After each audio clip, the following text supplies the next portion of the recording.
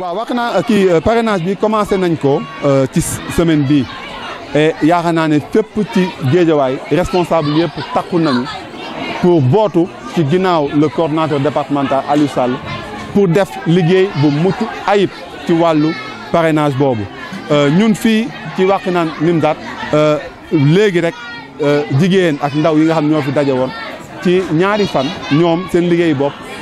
wane nañ teg nañ ci kanamu Aliou Sall 520 signatures te fii ci Wakhinane zone yëpp tey dañoo yendoo liggéey man ci liggéey boobu laa nekkoon di def kër gu ne ñu jéem fa dem waxtaan ak nit ñi pour am seen signature pour le président de la République ba ay 16h moins ma soog a dem préparé wu pour ñëw ci sargal bi nga xam ne nii jigéen ñi ñoo ma ko doon defal ma leen ci sant leen ci gërëm te yaakaar naa ne ku fi ñëw tey gis nga ne nit ñi dañoo am engagement dañoo am détermination dañoo fas yéene gunge le président de la République pour que Sénégal jëm ci kanam. ok fii si Wakhinane quota bi ñaata la ak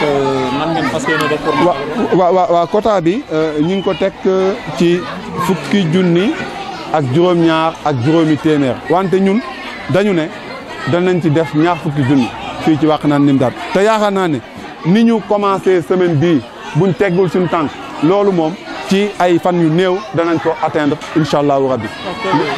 le maire Aliou Sall wax na ko te président ne woon na si gerte paysans yi est-ce que mënul indi gàllankoor ci li ngeen bëgg. dëgg la il faut que nit ñëpp fàtte seen bopp président de la république bu soxlaa yaakaar naa ne ku ci nekk yow sa objectif moo di falaat président de la république au premier tour donc guerre positionnement yeeg buuxante beeg yooyu yëpp matu ko waaw bu nekkee da ngay buuxante pour sortir ci président de la république d'accord wante yenn yi jaru ko te politique dañ ko war a rafetal askan bi li tax ñuy jéppi politiciens yi mooy anam yi ñuy doxale politicien dafa nekk war a nekk ndawu askan bi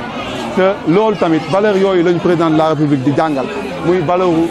d'humilité valeur respect valeur dignité valeur solidarité valeur travail donc loolu ñun ci loolu lañ nekk ñi ànd ak ñun tam ci loolu lañ nekk ci lañ leen di ñaax. jigéen ñi si gox bi ban apport lañ mën a indi si parrainage. waaw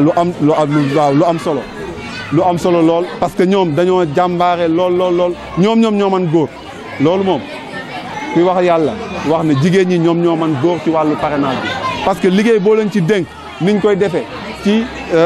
anam yu gàtt loolu ñoom rek ñoom ñoo ko man moo tax dañ leen wax gàcce ngaalaama sant nañ leen gërëm leen liggéey bi rafet na niñ ko defee tamit jekk na. yaa ngi ànd ak Sésame aussi ñoom ban liggéey nga leen fas yéene sas ak lan lañ fas. waaw liggéey bi nga xam ne moom la ñu sas Sésame muy collectif pour l'émergence en soutien à l'action du président de la République nekk collectif boo xam ne nii dafa ëmb lu bari parce que ñi ci nekk dafa nekkoon ñoo xam ne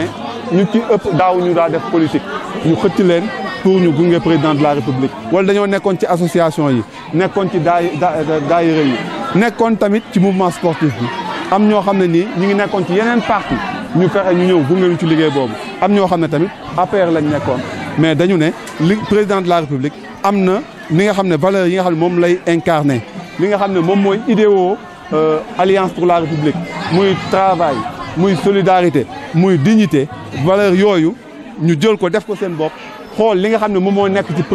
ci plan Sénégal émergent jëm ko vulgariser président de la République li muy def ñu won ko askan bi ndax ñëpp mën ko gis teg ci seen bët te nangu ko pour gunge président de la République mu am ndam lu rëy te barkeel en 2019. jërëjëf. jërëjëf.